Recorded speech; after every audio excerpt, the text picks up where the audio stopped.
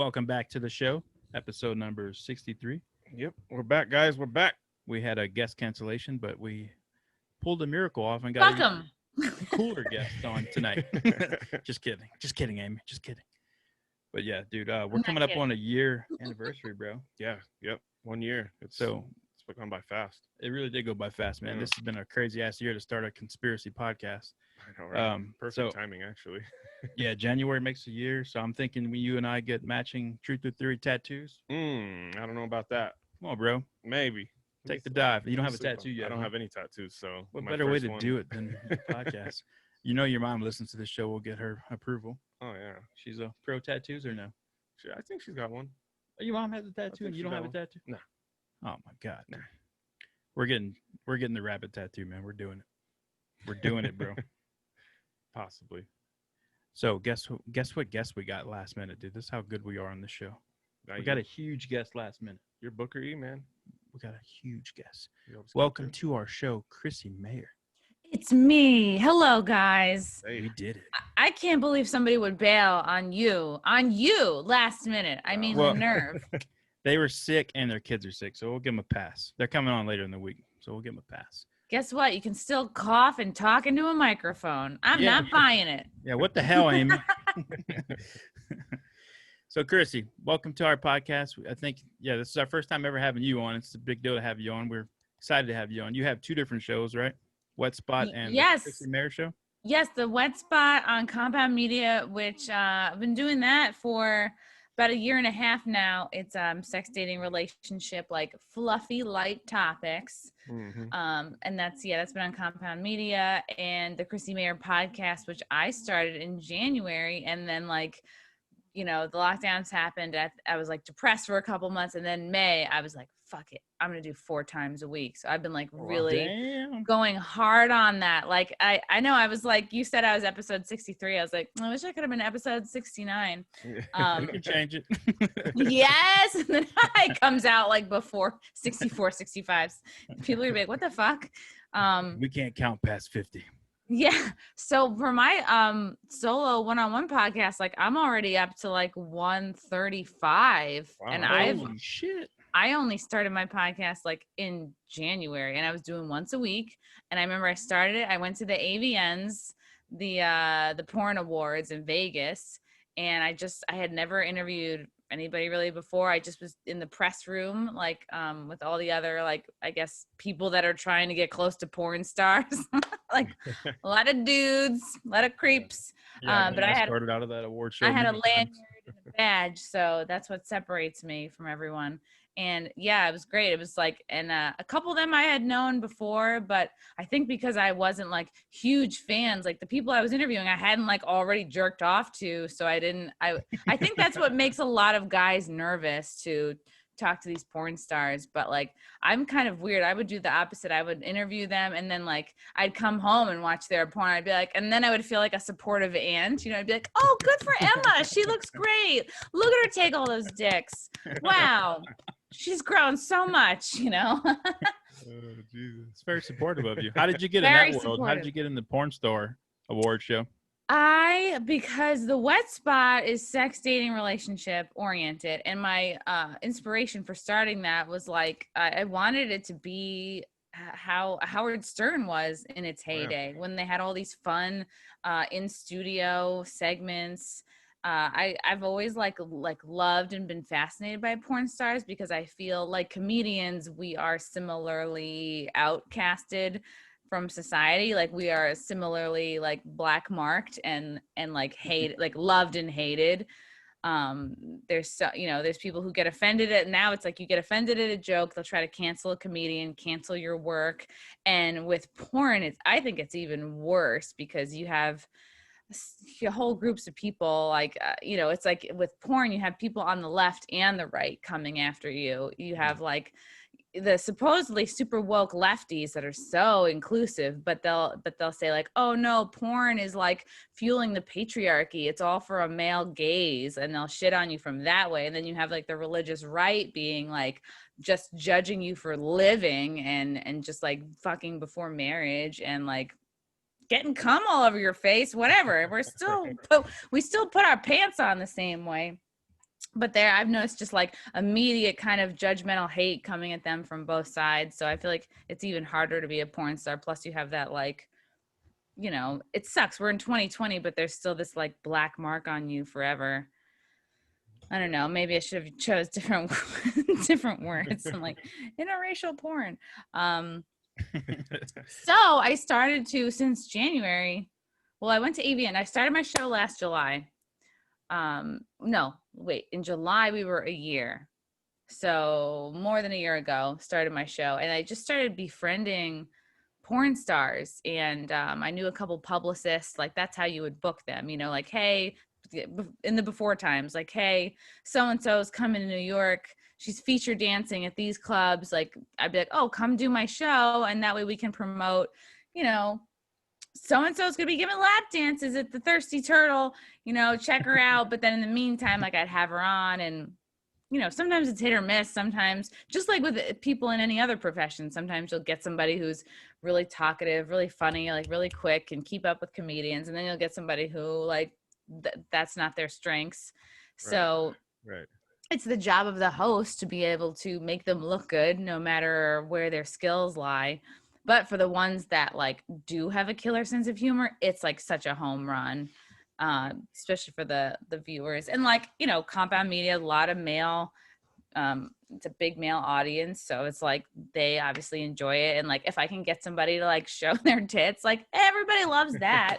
There I have this old guy, Barry Ribs, he's a comedian, and I have this like running joke where like he's touched now like 3 different porn stars' tits. Like I will, not that we're like, convincing them to show their boobs, not that it's a trick or something, or it's like against their will, but like it just so happened to have happened like 3 times. And one of them was like his all-time #1 crush, Jenna Fox.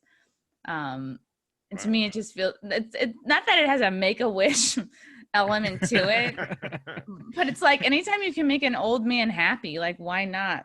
So it's been fun for that reason. And it's also like we've had like dominatrix come in and like they'll bring their like little submissive slave, and one there was one time where one was like being a dog and like on his knees for the whole time, and like in the studio on his knees like in leather, and I was like, oh, this is new. I haven't met a person like this before.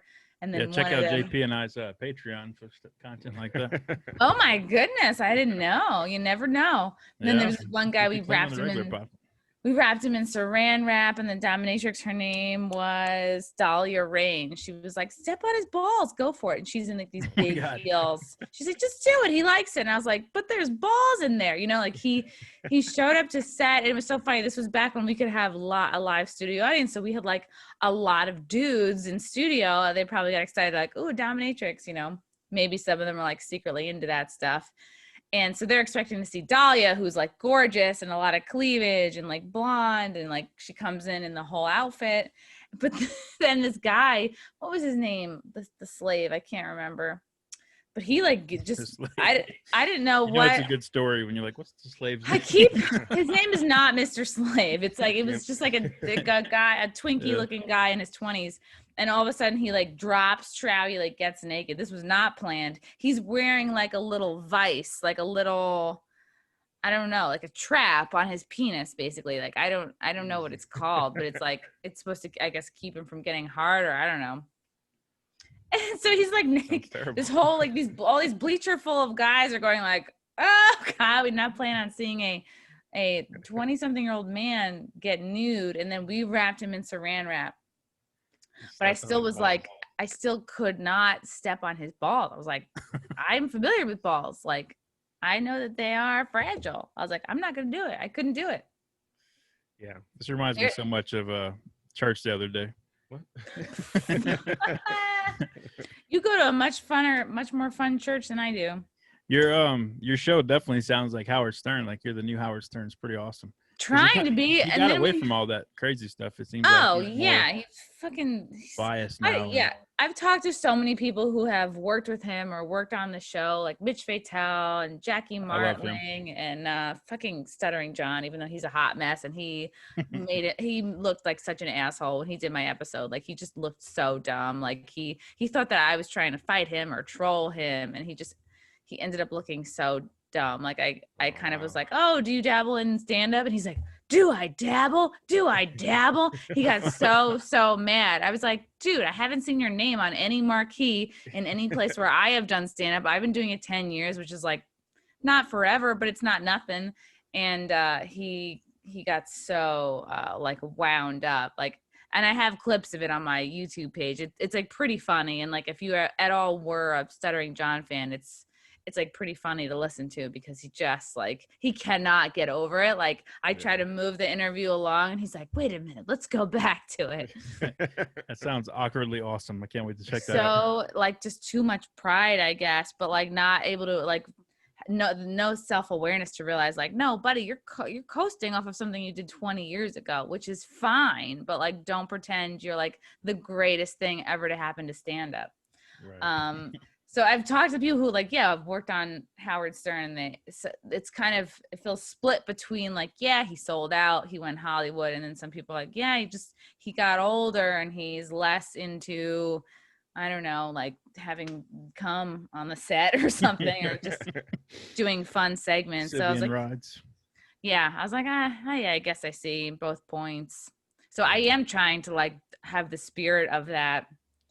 When we could have people in studio. Now we're definitely limited. Like we had maybe somebody in the staff had like, maybe they had COVID, although she's like young and she feels better already. So it's like, I don't really think it's a reason to like keep guests from coming in, but I think the station manager is just being like overly precautious. So it's a bummer, but you know, we're doing like some Zoom guests here and there. We're doing what we can to try to keep it fun. Oh, good. Yeah. Sounds like fun. Sounds like you guys are killing it, really. Yeah, I love that kind of material too. It's just raw.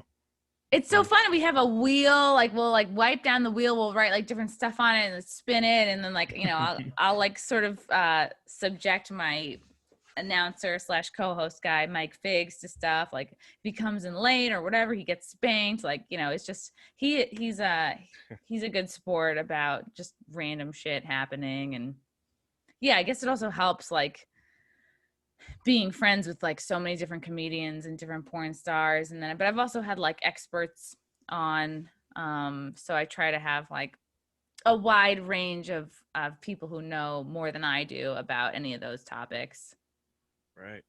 Are you from the Northeast Coast area? Yeah, I'm from Long Island.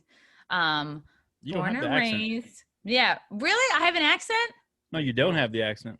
No, because I really wanted to be a reporter. I went to school for I was a communications major. I was like, oh, that's it. I'm going to be a reporter. I got an internship at Dateline. I get to Dateline on NBC. Like, really, I'm doing jack shit. I'm printing stuff out and I'm like getting coffee for people. But I'm like, ooh, close to the action. And then I got a load of Stone Phillips. And I was like, oh, this guy's boring as fuck. I was like, and then I was like, I don't. And I knew if I pursued journalism or being a reporter, I'd have to move way the fuck out to Alaska and then like work my way back to a major area, a decent market. So I was like, I don't really want to do that. And then I got an internship at Conan when Conan O'Brien was still in New York. And that just like, that was it for me. I was like, I fell in love with comedy and I was like, yeah, I don't want to be reporting the news. Like I'd rather be, I don't know, like making the news or having fun at least. So after I interned there, I got into improv. So I did that for 5 years and then did a one-woman show and then did stand-up. So it's been like a long, weird journey. Yeah. So the Chrissie Mayr show started this last January? 2020? Yeah, the Chrissie Mayr podcast started in January of 2020. And I cannot believe I already have 135 episodes. I've just been like... Yeah, you're on fire. That's a lot. Whew! It's just because I've just been like home and I'm just trying to be... productive. I was between calling my podcast either the Chrissie Mayr podcast or Ho Rogan, but I sided with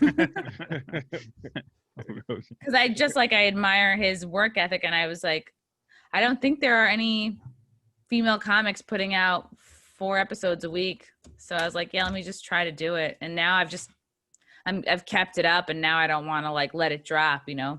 Yeah, so sometimes I'll record like 3 in a day. And damn. I mean, you definitely get a little stir crazy. I'm like just like in my, you know, apartment doing this with a pink light bulb and making it work.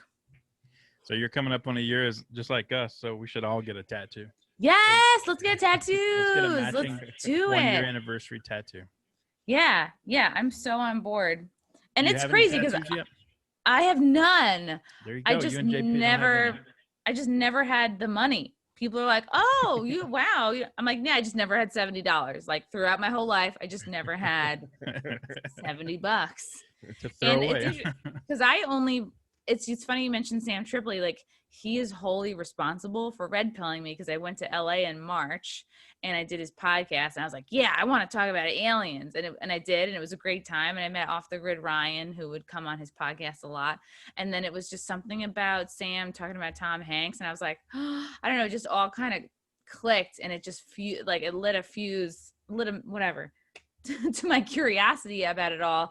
And then it was just after I came home from LA, it just was like several nights of being up till 3-4 in the morning, like watching Fall Cabal, watching Out of Shadows. And I just was like, oh shit, But then it's almost like I'd rather know the horrible truth than be told a lie and just like be in La La Land. So you woke up this year, basically? You read just year? March, like really. Oh, wow, that's exciting. So it's wild. Like, I feel like I am so new to the conspiracy world. Like I can't imagine how it feels to have been like these guys that have been following this for like years, and they're like, shit's all happening now. And we've seen this coming for so long. And it was kind of interesting, like started my own separate podcast this year and then became so fascinated by conspiracy theories. So now I've like woven that into my one-on-one podcast. So it's like I've had Gavin McGinnis on. I've had like different like news, like sort of journalist type personalities on. Really, I don't even know what you would call them now, like, or political personalities, like Ashley St. Clair, who's super red pilled, Mike Cernovich, who's red pilled, but he's not like into any Q stuff or Pizzagate stuff, or if he is, he's not talking about it. So it's been like an interesting mix. Like I'm still so shocked that my Gavin McGinnis episode is still up on YouTube. I thought for sure they would have wiped that by now. Yeah, that was my next question. Are you worried now that you are in that genre or getting pulled into, or you could lose your whole channel because you have a lot of good content? I am worried about that. I mean, I still have all my videos like on my laptop. I've already been like incrementally demonetized. Like that's what especially now, they'll demonetize my shit off the bat because I'll do live premieres like every day at 9 p.m. So no matter what it is, they'll demonetize it off the bat. And then I'll get an email and then I'll request a review. And then a few days later, it'll say, oh, we looked through your thing. We looked through your fucking Hanukkah episode and it turns out it's safe for advertisers. And I'm like, well, this is days later after there was like a live premiere and there was, Right. So it's like, they just, I don't know. I feel like they're kind of a little bit automatically fucking me over. But, overall, like maybe half of my stuff is just no ads at all, like totally and I'd rather have the videos be out there. Like I'd rather have people see them than maybe like making a killing on anything, because I just care about I care about finding the truth, and I care about talking to people who want the same thing. Right, absolutely. And I think that, I don't know if I've tricked YouTube. Maybe it's because I interview enough comedians and porn stars, and I had this guy on called the Amish Comic, and he looks Amish, but he like left the Amish farm 20 years ago, but he's like a kooky dude. And I also have this guy Ryushin Malone on, who's really into UFOs, so I think I mix it up enough. I mean, he definitely falls into the conspiracy world. Like, check out this guy's Instagram also, by the way. Like, if you're not, I don't know, I was like really, it was one of those nights where I like discovered his Instagram and then went to his website. I was up all night. I was like, oh shit. Cause it's not beginner level conspiracy stuff, but it might freak you out, but it's also like, holy shit, this could be cool if he's right. So this guy Ryushin Malone I had on, and that one's still up. So I think I mix it up enough with topics and types of people that YouTube is like, well, we don't know what to make of this bitch. Like, I'm still there. So yeah, that's a good strategy. I think if you're on every day talking about election fraud and you're like pushing all their buttons, then right. Yeah. They'll take so I'm just lucky enough that like I'm sort of just like, all right, I'm this comedic personality. Like, yeah, they're serious interviews that hopefully can be funny, but they're also serious conversations, and they're varied enough that hopefully I'm not just like a huge red flag. But who knows, like, right? Like I should in the meantime get a BitChute going and get on Rumble and all that stuff. I wonder when they're gonna let other people get on Spotify. As a is Rogan's show on video on Spotify as well now, or is it just audio? I don't know. I was watching. I don't know. I know that you can. I don't think you can watch his full shows anymore on YouTube. Right. I know clips. they were taking some of those down. Yeah, that's a good question, because I feel like I have been seeing the recent episodes of him from his new spot in Texas, like while they're getting the studio ready. It's like the red background. You know, I've been seeing those videos. So I just wish Spotify would step up and compete with YouTube and make it more of an even playing field. So YouTube didn't have all the power. It drives me nuts that they have all the power. How would they do that? Just have a video aspect to their... Yeah, just branch out and do like the same thing as YouTube. Submit videos that you can have on there, your own channels, basically. Yeah, I also think that they should start hiring, lower level conspiracy podcasts. Maybe they've only been doing it a year, throw a couple millions of dollars. I don't know. My podcast is an example. Your podcast is an example. Exactly. Get on some smaller guys, throw them a couple mil. Yeah. We need tattoo money, damn it. Yeah. We could be like Spotify's like farming team. Yeah. I don't know. Spotify, shoot me $70. Yeah. Spotify, if you're listening, I am available and I will do anything. I'll get a Spotify tattoo. Fuck it. Would you? Yeah. Get a little like a little green symbol. I'll get a little Spotify tramp stamp. There you go. Yeah. So Christy, what conspiracies like really allured you in? Which ones bring you in, and which ones are you fascinated by?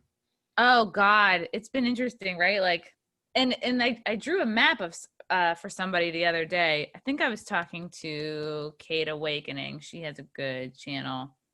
I think it was all about like how people have been waking up, and it's like we're all like, I gotta find that flow chart, but it's like the 2A people, the First Amendment people, the small business people, everyone's getting like fucked and like getting a chunk out of their life, and it's causing them to be like, wait, what's going on? The So people you that like kind of like politics and like real world, like now I'm stuff. into that stuff. I never used to give a fuck about politics. Like I voted for Jill Stein in 2016. Like I just didn't. I was not into it. I don't know. Like I was just, but I knew that my comedy was pissing off my woke friends. So I was like, well, I either have to fake who I am and like have like kind of like fake my comedy, and like I either have to write jokes that will appease like the industry, which is left leaning, and like some of the comics that are climbing the ranks are also like woke and left leaning. I was like, it's either do that and like hide who I really am and what makes me laugh, or I like lean into my sense of humor, which is like not PC, not woke, the compound media guys. We're joking about sex. Like I might as well just like do that, because I don't have to like shield my personality and feel like a fraud, and it's like, yeah, so if I lose some friends and I lose gigs and I'm not like the fucking industry darling, fine, but at least I can like not feel like a fraud. So, and I see it, like I see comics that are like, they're losing faith, obviously, in like in the left and in the mob, and they're starting to notice like, it's been longer than 2 weeks. What's going on? What's going on with these lockdowns? But I think they're afraid to really like let it be known, because I think maybe they're afraid of going through what I did, like losing friends, being ostracized, whatever. But that's not even it's not real. It's like not a real. Comedians are ultimately, I think, like kind of out for themselves. So if you can find like a group, like a cool group, of people that get you, because I don't actually feel competitive with the compound media guys. Like we'll like tour around together. We'll do like the comedians of the compound shows. I think we have one coming up in Atlantic City at the end of January. So I think the more, like, to answer your question, like as I leaned more into my true self and sense of humor, it was kind of more maybe libertarian. I don't know. It's like someone asked me today, like, are you conservative? I'm like, I don't really know what I am, but I know that like free speech is really, it's like in danger right now. And like, I'm just not comfortable with everybody. Like we're just getting fucked. It's getting scary. And I think what it is like a lot of people were in denial, but they're like, you know what? Let's wait and see what happens after the election. I think some people were still like, things will go back to normal after the election. And here we are a month after the election and shit has not gone back to normal. So I think it might have been a lot of people's like kind of final straw. So I think it's gotten worse. Yeah, I think it's going to continue to get worse for a little while. Sure gotten worse. I think it's like, I was talking today to Ian Smith.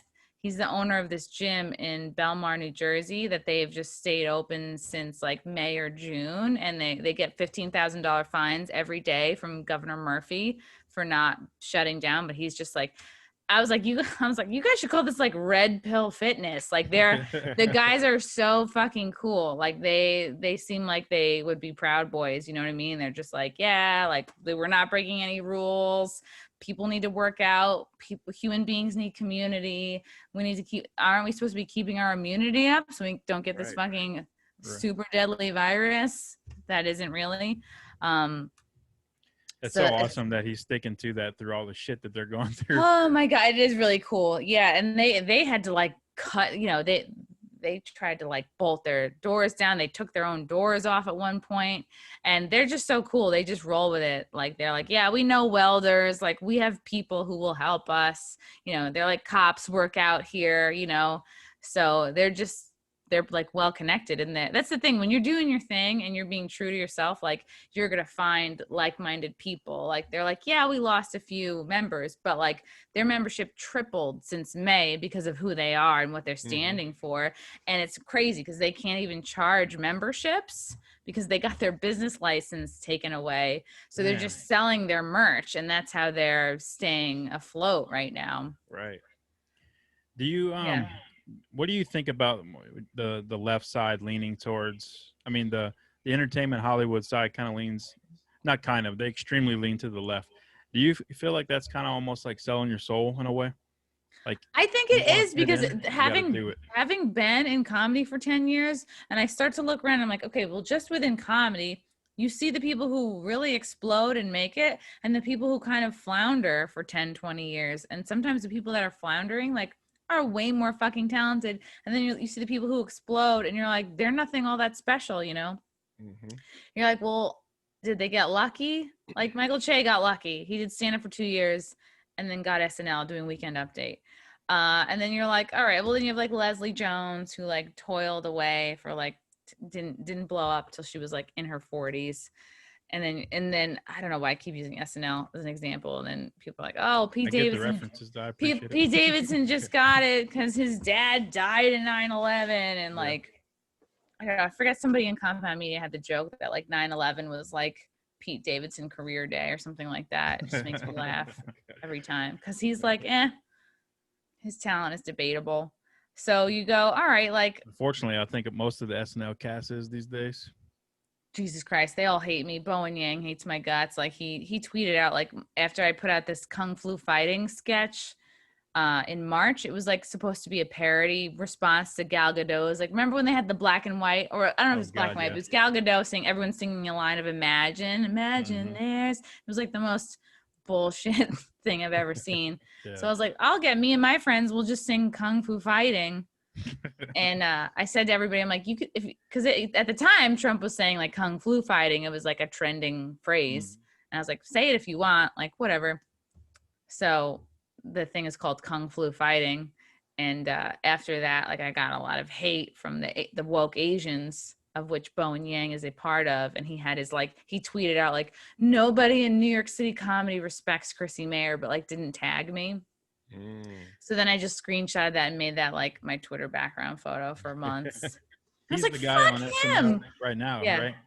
Oh yeah, he's breaking boundaries. He went from playing a gay Asian in life and in comedy to playing a gay Asian on SNL. Wow, he's really breaking the mold. So yeah, and I'm gonna say some messed up shit, but it's true. Shane Gillis, is that how you say his name? Shane Gillis? Gillis was casted. He got pulled off for a comment he made on a podcast years ago that wasn't even that big of a deal.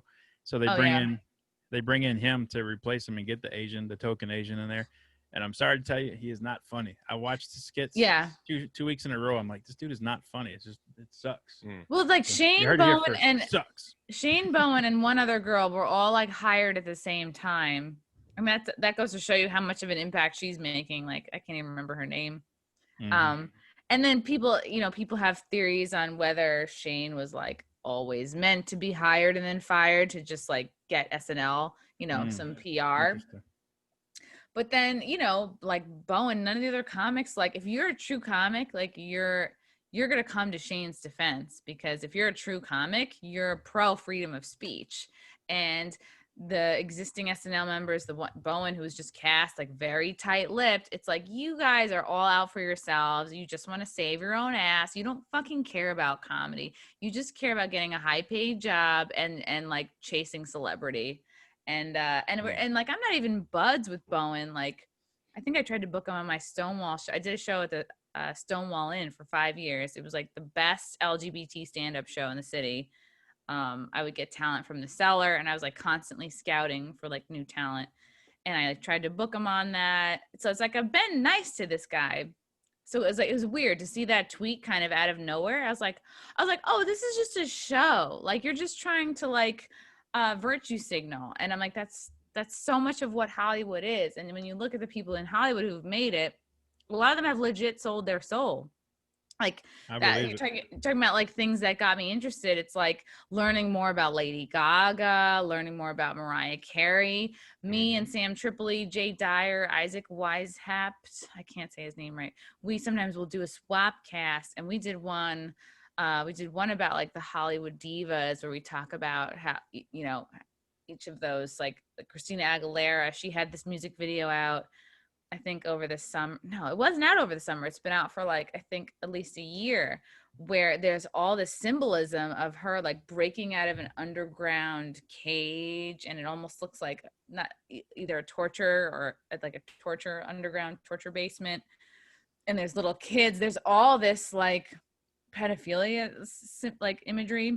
Yeah. And then you have like Lady Gaga. She would have straight up like a music video of her in a cloning facility, and then you Google her and panda eyes and what that all means. And like, I feel like if anybody, she like legit sold her soul, because she's in with like Marina Abramovich and all that spirit cooking shit. And she was like this kind of no-name singer, and she was working with this girl, and of course I can't remember her name, but like the other girl like mysteriously died, and the other girl was like had more of like what we now know of like the image of Lady Gaga. That's how she was like years and years ago, before Lady Gaga blew up. She was like kind of meh, kind of like frumpy or whatever. And then this other girl, the sassy one with like the good image, like died mysteriously, and then now Lady Gaga like grew into that image and that kind of like personality and showiness with the fashion and stuff. Right. So there's definitely some dark shit behind how she came to be famous, as well as with Mariah Carey. And then we also did like a Free Britney swap cast, where we talked about her super abusive like conservatorship with her dad, and how like she makes millions and she only gets like a fucking like 70 grand a year or some sort of like allowance, and she's like a grown ass woman with kids, and she still is, she's treated like a child because of this super abusive like contract that she's been roped into. I know a lot about the divas that you're talking about, but I didn't know anything about the Mariah Carey one. What's some of the big things with that one? So, okay, if I remember, she has a sister, and they're biracial. They have an Irish mom, I think, and a black dad, I think. So like the mom and dad separated. The Irish mom sort of like took Mariah Carey and raised her, and the dad like raised the other one. And the mom like kind of decided, I guess like they both had talent. They're both good singers. The mom decided like that she was going to raise Mariah Carey, like not as biracial, but like as Irish, like really more like leaning her into like the white part of her identity. And I guess the dad just raised the other sister, however, and then it's because you'll see these articles come up like Mariah Carey's sister, like there's even a clip of her singing, and she's like not a bad singer at all. But she's like I think she's been like a prostitute. She's definitely been in and out of rehab, like really struggling with drugs. And you'll see these articles like Mariah Carey refuses to help sister. Da, da, da, da, da. So basically, like, and I think Mariah Carey is writing a book about this because it's so fascinating. Because I used to work for Tommy Mottola. I've had like 15 jobs. Like I've always had some kind of crazy ass day job until like pretty recently. But I remember, like, I used to work for Tommy Mottola, who was married. He was a record guy. He was married to Mariah Carey, like right away. Like she maybe had a single out, and then he swooped her up and married her. And now it's funny, when I worked there, he had just married Talia, who's like this, fresh, sassy Mexican pop star who looks so much like younger Mariah Carey. But I don't know. I put together a Bugaboo stroller for them. That's all I knew. And I just remember I was like going through the files. I'm like, oh, it's Mariah Carey and your wedding license, and then just filing it with like the other random shit. But she's recently come out and talked about like that was like a really abusive relationship. And Mariah Carey has mentioned like pretty recently that she and her sister, like, the environment they grew up in, and that it sounds like there was like that she's like seen some shit, like maybe tolerated abuse. I don't know if like some of it was sexual, but I know that there's articles on this, and I know that we talked about this on the Hollywood Divas episode, because we did get into Mariah Carey, Christina Aguilera. That was on the tinfoil? I think it was on the swap cast that we did separately. Yeah, it wasn't a tinfoil one. Yeah. But you know what? Maybe Sam did consider it a tinfoil episode, because we each like got the video and we each put it on our own individual pod. So that might be on there. So I think she's seen some shit. I think she's seen some satanic rituals. I think that she's had to have kept quiet about it for all these years. And if you look at her and her sister, who like ended up a crackhead and had kind of a good voice, it's like, well, what made Mariah Carey? Like, you know what I mean? Like, what tipped the scales on Mariah Carey? Yeah. I'm fascinated with that selling your soul to the devil stuff. I think it's very real. I think it's very much in Hollywood. It sounds crazy. It sounds like nothing, right? Yeah. But then, like, the older I get, the more I'm like, oh, when you learn about the true evil that exists in the world, it's like you almost within yourself, you have to balance it out. Mm-hmm. You have to amplify the good in yourself, and you have to, like, whatever your prayer is or whatever your spirituality is, you almost like automatically have to amp that up, because you're like, well, what chance do we have of fighting off this very apparent evil if we don't like sort of uplift ourselves and others? It's scary shit. Yeah, it is scary. So it's an ongoing battle that we're in. Katy Perry is another one that's for sure. She was nobody. She was a nobody, no name gospel singer. Mm-hmm. And then, so how did she become like a fucking tart dressing like a piece of candy in her underwear? Like, how do you make that switch organically? So yeah, if you want to be famous and get way high up there, you gotta roll with the big dogs, and they do all that crazy shit, and it's like either you're about it or you're not. What would it take for you guys to do that? I mean, I know I just said if Spotify was listening, I would do anything. I don't mean anything. Just sex stuff. Just sex stuff with consenting adults. That's all. Nothing crazy. Would you guys, was there anything that would ever make you switch over and sell yourself over? Seriously, no. Like, I know too much. Like, it's, and the ripple effect of it is just like, even if I was some sort of like, narcissist, yeah, you'd have to be a narcissist. You'd have to not, because what the change that happens in you, it doesn't affect you. It literally, like, because we're all one, like we're all, and like you'll hear Sam Tripoli talk about this, or John Paul Rice, like all human beings are like, we are all sons and daughters of God. If you believe in God or whatever you call the source, the universe, right? Like, we legit are all one. And when you like abuse a child or, sell your soul, and if you do anything that's like, by definition evil, it's like you're kind of like contributing to like the tainting of everyone's energy and all of humanity. And like, you're just, I think of it as like a literally like a big ass Care Bear stare. Like if we all have a light beam in us that shoots up and it's all going towards like source energy, right? Like Right. and when you're feeling good and when you're in flow and when you're doing what you're supposed to do, like your light beam is like, yeah, you know what I mean? We've all had those moments where like you feel good, you're on a roll, things are coming to you. You know, when you're grateful, you kind of manifest more of that. When you're doing what you're supposed to be doing, it's like where your strengths and your joy kind of intercept is like that magic spot, you know, and you're like, I'm in flow, right?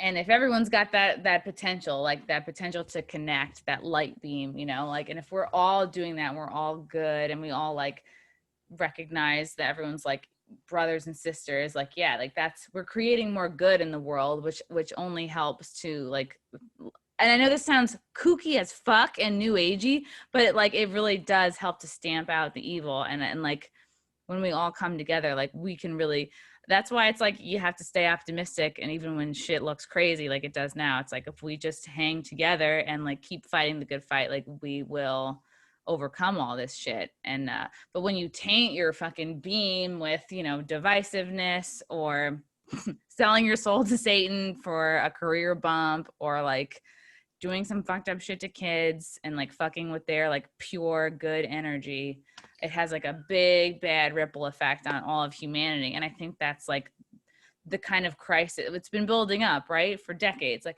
remember how fucking chill the 90s were? 9/11 happened, they ushered in a surveillance state.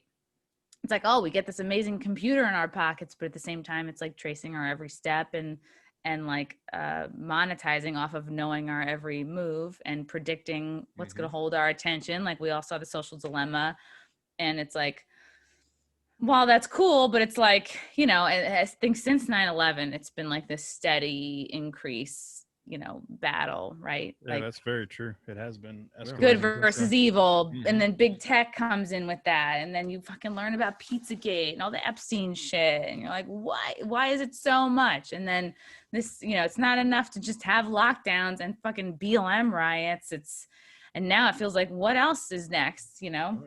Yeah. So much so that people don't even care about the aliens when like the Pentagon releases the footage of the like the Tic Tac ship that came out this summer. Nobody gave a shit. Like that should have been much bigger news.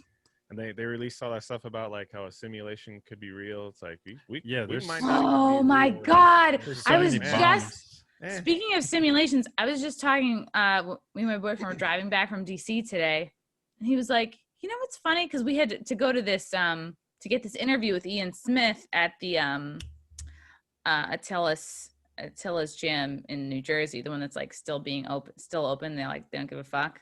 I keep calling them Red Pill Fitness, but you have to put your face on this thing. It takes your temperature, right? And so people have been saying now the temperature you have to be is 97.5, right? That's like what is now the normal temperature. So I'm driving back with Frank, and Frank's like, you know what's so funny? I remember as a kid growing up, I'd go to the doctor. They take my temperature. My temperature was always 98.6. Always. And he's like, and now we're in our 30s. This shit's all going on. The ideal temperature is now 97.5. He's like, how did the acceptable temperature, the normal temperature, how did that go down a full degree?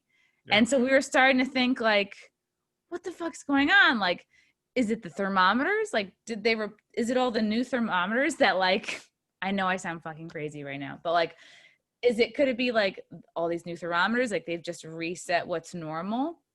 Yeah. Or is it like to support the simulation thing? Like, are we all clones? And like, but then why are we cooling off? Like if that's really the case, you know what I mean? Like it's either, and I don't know if you guys remember, like as kids growing up, like cause I didn't, I was like, I haven't been keeping track of my temperature over the years, but like my boyfriend Frank was like, yeah, I would always go to the doctor. It would always be 98.6. And now suddenly the normal temperature to be, that's like not considered feverish, is 97.5.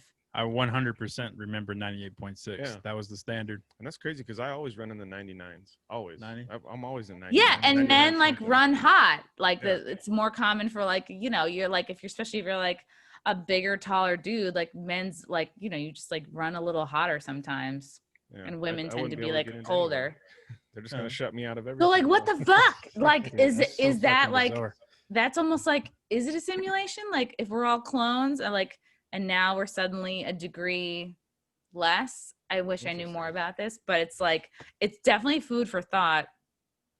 Yeah, I'm gonna look into it now because that's strange. I didn't. Yeah, I Because a didn't know that. degree is not nothing. You know what I mean? Like It's a sometimes big deal.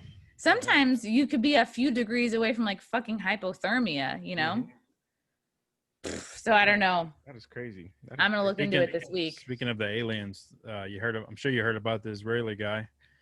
The how you say his name? Oh yeah. That Humanity shit. is not ready. Humanity is not ready to know about the Hamish. aliens yet.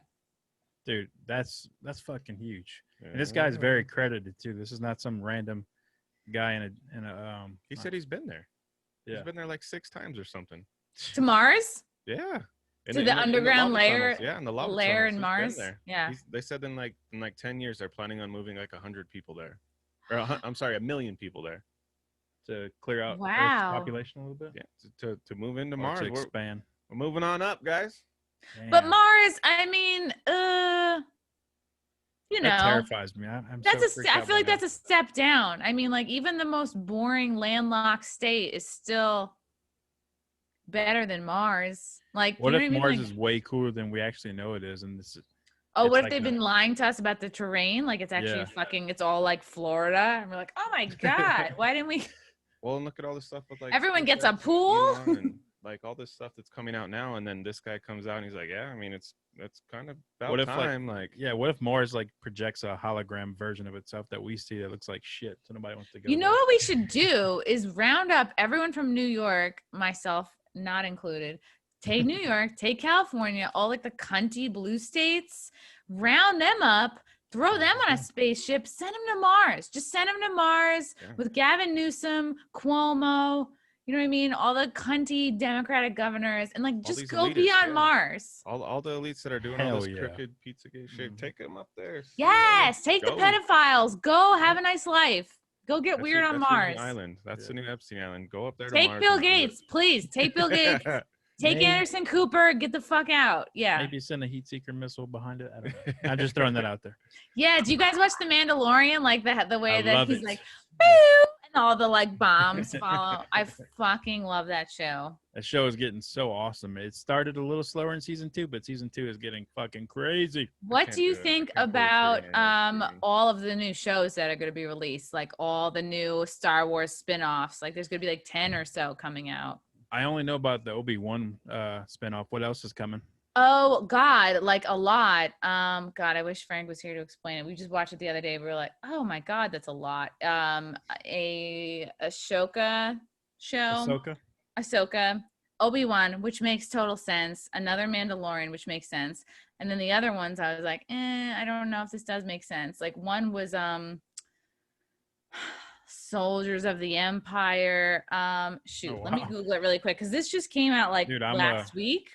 I'm a fucking nerd. I'm gonna be watching all of them. Yeah. But the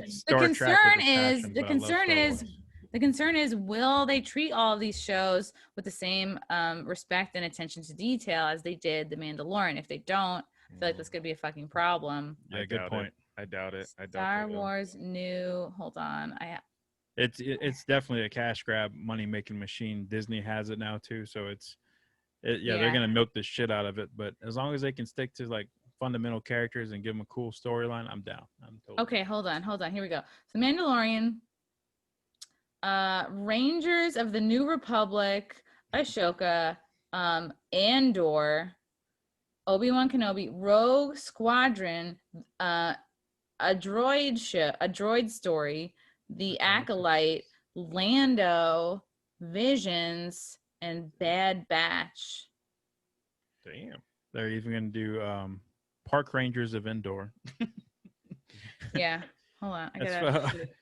That's stretching it. Nobody gives a shit about a droid story. Who cares about robots? Yeah. Damn. Oh wow, yeah, they got a lot of them. That's nuts. If you're just listening, go check out your YouTube channel to see this image. We're so nerding out. We're moving away from our brand, but like, yeah. Yes. The Mandalorian I get, Ahsoka I get, and Obi-Wan I get. I just worry that like they're just trying to, because I wonder if they're like, well, there's less work in Hollywood now and The Mandalorian is killing it, so let's just like go as hard as we can and make as much money as we can. That's how you ruin a good thing, though, because you're gonna take away from Mandalorian. Yeah, that's how it's like the Avengers, the Marvel characters.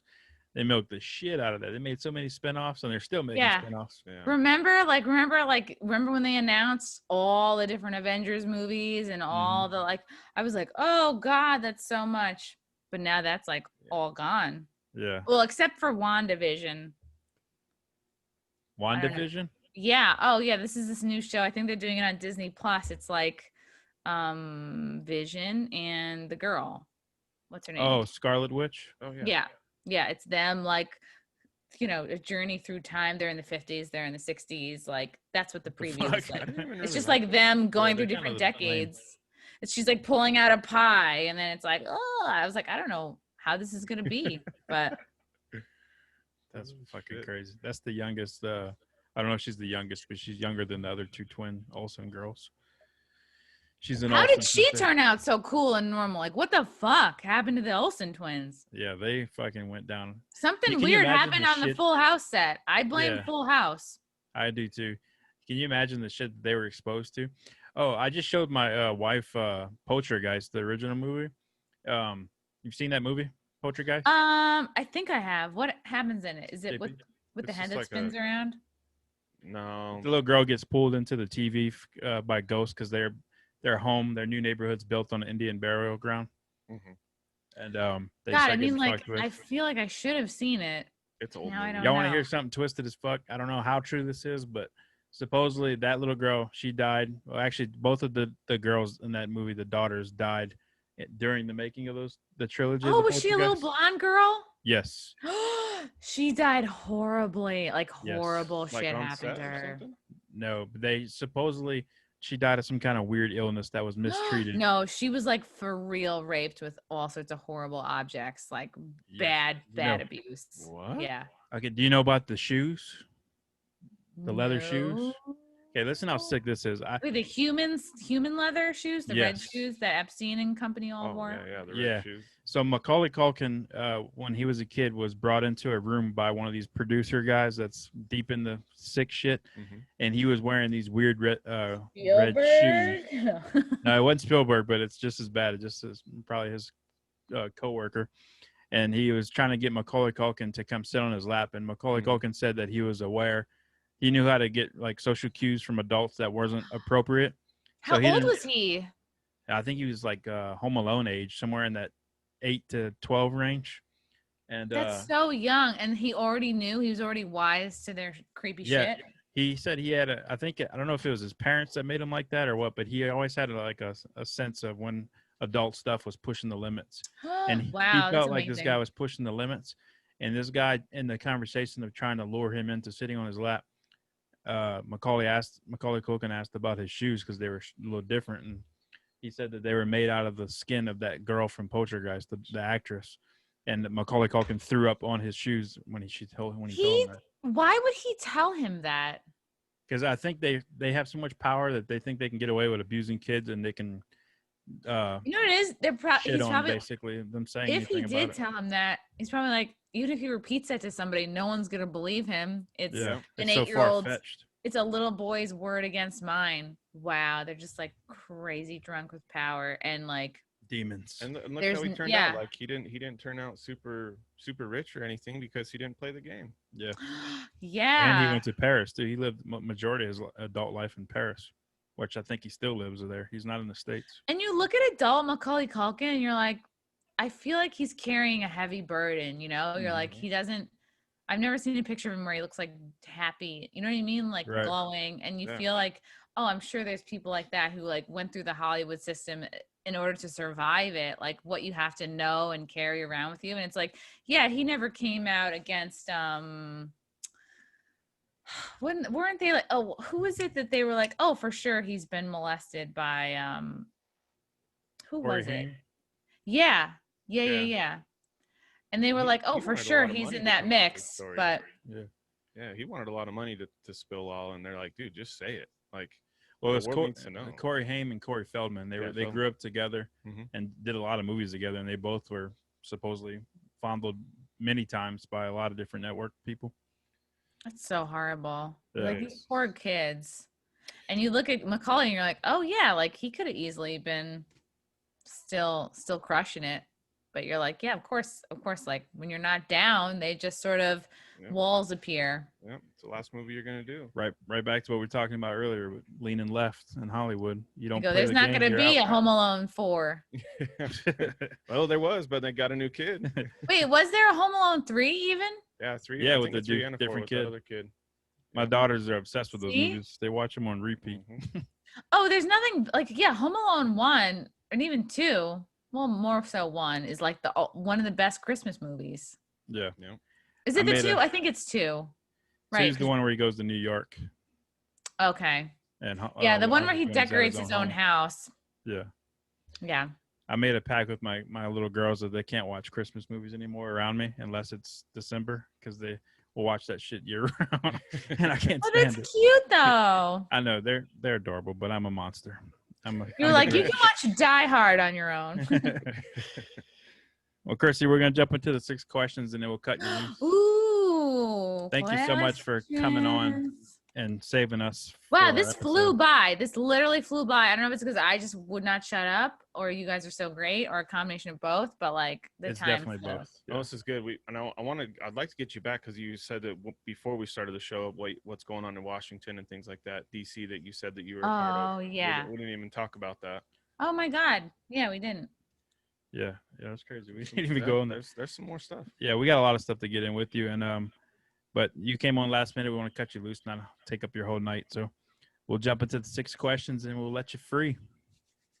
You ready? And you don't know these questions either. I didn't have time to tell her, so she's hearing them for the first time. So you need 5 minutes to pause. I'll edit it out. No problem. No way. Throw them at me. What age were you when you lost? No, I'm just kidding. Number 1. I was 18. No. Whoa. Okay. almost 19. That's late in the game. I know. I was proud of holding you. out. I lost it to somebody from Rusted Root, the band. What? Hey. Is this a first time, or Yeah. have you said this on your shows before? I have it. I've talked about it in my stand-up. It's Okay. not like a total. It's not groundbreaking. Yeah. Okay. Well, then we'll just let it slide. Number 1, you have the power to make one law. Which law do you create and why? Oh my God. One law. The power to do it. Any law, and then everybody has to do it. Yeah. If you don't do it, you're breaking the law. And you know what happens when you break the law. Oh my right? God. I mean, I know what I care about, and that is like cruelty. Like, I mean, I'm confusing it with like magical powers. You know what I mean? Like, if Well, we're getting to that too. Okay. Oh These man. are silly questions. No more burning law. witches at the stake. One law. It can be superficial. It can be global. It can be something powerful. It can be something selfish. Whatever you want. This is so hard. I think right now it would be like, yeah, I can only speak from like right now. Something that having to do with totally opening up the internet, and like free speech, like times 1,000, like zero holding back on any of that stuff. No censoring. Yeah. No cancel culture. I mean, like like that you idea, can't but I control also feel people, like individuals, people but say like mean stuff as well, like stuff that's not. I know, but like, fuck it. Just don't give them attention. Everybody Yeah. boycotts them. yeah. It's like everybody's freedom to choose at that point. Yeah. Somebody says something like really fucked up and they'll lose a huge following, or they'll Yeah. gain even more. Yeah. Let the market decide. Yeah. Let the people pick, not the corporations. Number 2, what 3 words would you choose to describe yourself, Chrissy? Oh God. Low self-esteem. No. Okay. Let me think about it.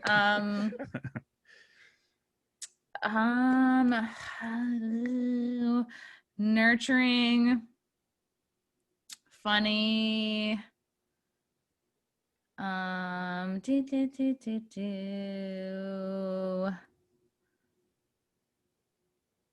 Wow, this is so hard when it's me. When it's other people, it's so easy. Nurturing is the first time we've ever gotten that one. Festive. Yeah. Ooh, Festive's That's another new first too. one, too. Yeah, festive and nurturing are both new. Yeah. All right. Nice. Number 3. What do you want to be remembered for? Oh God. I really do want to be remembered for like not giving a fuck and maybe helping other people to be brave, whatever that means to them. Perfect. Yeah, that's cool. That is good. Number 4. What is something you like that most people don't know about you? Something I like.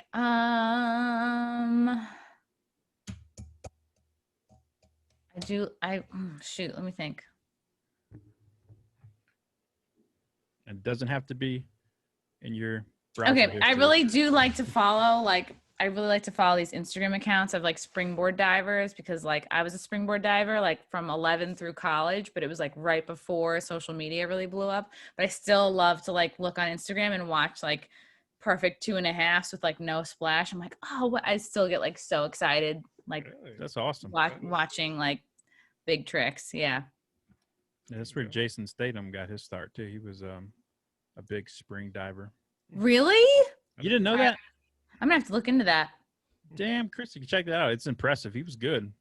Really? He was like super high level. Did he dive in college? I don't know I don't know how that shit works in the UK, but he Who? did it. He was like high up there. That's where he was known for Right. before he got into Hollywood.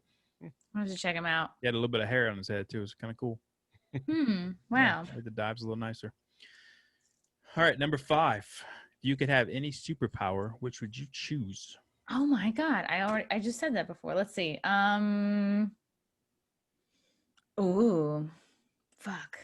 There's like the superpower I want for humanity, and then it's like, okay, well, if you're selfish, what's selfish super, you know what I mean? Like for Well, let's yourself. do both. Do both. Like selfish if and if you're a non-selfish. pedophile and you abuse a kid, like your dick explodes and then your whole body explodes. I like That's how that. strongly I feel. Or like abusing an animal or like really anybody, you know? That would be so awesome if pedophiles had their genitalia just explode after they Yeah. did the sin, or All right. they were gonna Yeah. do it. They thought about for sure they were gonna do it, and it just happened, and they. It's like, you know what? I don't need to fly. Okay, I would rather have like the pedophiles. You walk in and you see a dude's just Yeah. dick You see blows it. up. You see somebody's like You crotch son of a explode. You're bitch. like, I knew it. I'm down for that power. Yeah. What would your power be for yourself?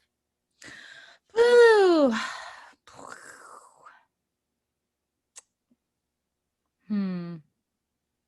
Wow, this is so hard. You want some options? Yes. So some of the popular ones we get is time travel, Teleportation. teleportation, Flying. flying, invisibility, Time travel would be sick. reading minds. Women can already read minds. Oh, shit. I I feel uncomfortable. Let's see. Yeah, time travel would be cool, but then you're like, Speed. are you like, carrying the weight of like, I could have done something, but I wasn't able to because the rules of time travel. You could just be a sightseer, time traveler. And then you'll Yeah, be I think it would be cool to time travel. Shoot, man, but then what can you do with it, Jay? You just know a lot and you feel impotent with your knowledge. That's frustrating. I wish I could talk to animals. Bullshit. I mean, we can already talk to animals, like Communicate better with them, like non-verbally. have Yeah, a that would be real cool. conversation. That would That be would be badass. Yes. Yeah. That's my superpower. That's, I like that's that. the first time I've heard that too. Yeah, that's the first. That's really cool. It's kind of like a Doolittle power. Is that Yeah, what I it's wonder if called? it's Dr. because just Dolittle? the times I've been on mushrooms, I'll meet a dog and I'll be like, "Are you okay?" Well, we got to go into mushroom trips next time. Yeah, like, but are you okay? Are you For real, though. sad? Tell me. Yeah. All right, last question, number 6. If you could know the absolute truth on one conspiracy theory, which would you choose? Ooh, okay. Wow. Oh man. I think it would have to I think it would have to do with like the good and bad aliens, and that includes, are there lizard people living underground? Are there two, like good and bad aliens sort of like jockeying like control of Earth, and like but that does lead into like satanic answer stuff is too. yes. Oh man. Because I'm a time traveler. I know. There's so Really? many different kinds That's the shit I talked about with Ryushin Malone. And that was the first time I heard about any of it. So I was like very overwhelmed by him. But I can't wait to check that episode out. I'm so like new, like just putting a toe into that. Like I was mostly focused on like I think Hollywood stuff and like cabal and like political elites and stuff. Yeah. Those ones, that's super interesting stuff, but it's not they're not the fun subjects like aliens, and I like those better. Yeah, ancient history, things JP like likes that. the crazy shit. I think those are more fun to think about. Why? Because like the Hollywood and like people, like it seems like closer to home, you know, like Yeah, like that's like real it's real. Like yeah, it's more believable. I think. It's You more, like the far-fetched stuff. Yeah, I like that crazy shit. But to me, like the alien stuff, like that could be the thing, the sudden thing that swoops in and rocks everybody's world that no one is even prepared for because it's not even a conversation. It's one of those things you can't do anything about, though. You know what's crazy too is if they are here with us, which supposedly they are, one of us could be an alien. It's like herpes, 1 out of 4. Well, it's like the Pleiadians, right? The Pleiadians are like basically Aryan. They're like beautiful blonde, blue eyes. They have like almond eyes. They're like same thing, like nurturing, empathetic. They're like they all look Swedish. I just learned about that the other day. Or what was Dave telling us about that race? The same shit. No, I thought they were Norway or something. Yeah, isn't that what you're talking about? The Nordic. Yes, yeah, that's Nordic. them. Yeah, that shit's crazy, man. Yeah, check out Generation Z on YouTube. He's really okay. Okay. He's in Toronto. Oh, like that would blow your mind. Oh my God. Okay. 20-minute videos of just mind-melting craziness. It's like Generation Z. Generation Z. He's my new BFF. Wow. No offense, JP. I love you too. That's all right. I like him too. We're in an open relationship with Generation Z. Oh my God. This looks like, that's nuts. I'm like kind of just now getting into the interdimensional stuff. Yeah, that's fun stuff. That's the fun ones I like to talk about. Yeah. So which one would you choose? Did you pick one? To know that, I mean, you already told me that the other thing I said was already a thing. Yeah, I mean, because I'm all seeing. You got to know the absolute truth. They're going to come to you and say, this is the ins and outs of it, period. No question. Oh, man. Yeah, I think aliens, like the different races, what their motivations are, what their stories are. I think that would be so fascinating to learn about, like different people, and like could I relate to any of them? Like, do any of them want to like get to know us? Like, I mean, do you think you would be able to handle it too? Like, that's a huge information dump on your brain. Like, it's a lot to take in. You think you'd lose your mind? Or you think you'd stay composed by all that information? I think it would be exciting. I mean, like, yeah, I mean, obviously, if it's like neutral to good news, if it's neutral to good news, like if it's a net positive, cool. But if it's like some of this, I mean, obviously, if the information comes with, and now you have like responsibilities, you know, like you have to you'd have to step up. Yeah. Yeah, I think it would be like everything else. Like I'd rather know the harsh truth, because like the information would be a gift. And if it's like, that's the thing. It's if they tell you all the ins and outs and you can't say a peep, that would be so hard, because I have this podcast where I like talk about everything. I wish I could take my face and just, and as an alien reptile face. That'd be so cool. You really are? It would be great for the episode. You know what I think would be even worse than them telling you like, no, they're all evil and this and that. If they came to you and were like, no, it's all fake. Like, that's even worse. That would be a disappointment. Like, what about my podcast? That would be super disappointing. Yeah, it would be cool. It would be cool to know about like the Antarctica thing. Like a Garza or like flat Earth? I think so. Like what's hidden in Antarctica by the United Nations not letting us go there. Yeah, because supposedly that's where these like alien human sacrifices take place. Yeah, it happens for sure. It does. But then why aren't we finding more like tortured bodies around? Because they cover it up. They're professionals. Yeah, but like, why aren't we getting like a random clip on World Star? You know what I mean? Like random, like a random fucking TikTok about it. They're probably out there. What if they don't I mean, they're have? pretty good about snatching that shit down pretty quick. So I've seen some videos that have been up for like an hour and then they take them down. It's like, Really? oh yeah, like spaceship videos and things like that. So I'm like, oh, that was a real one. They took it down already. That's a real one. What if everything that we're doing with these smartphones and shit is just like you know, you give a kid a toy, a fake phone, they're playing with it and they're having fun. They think it's real.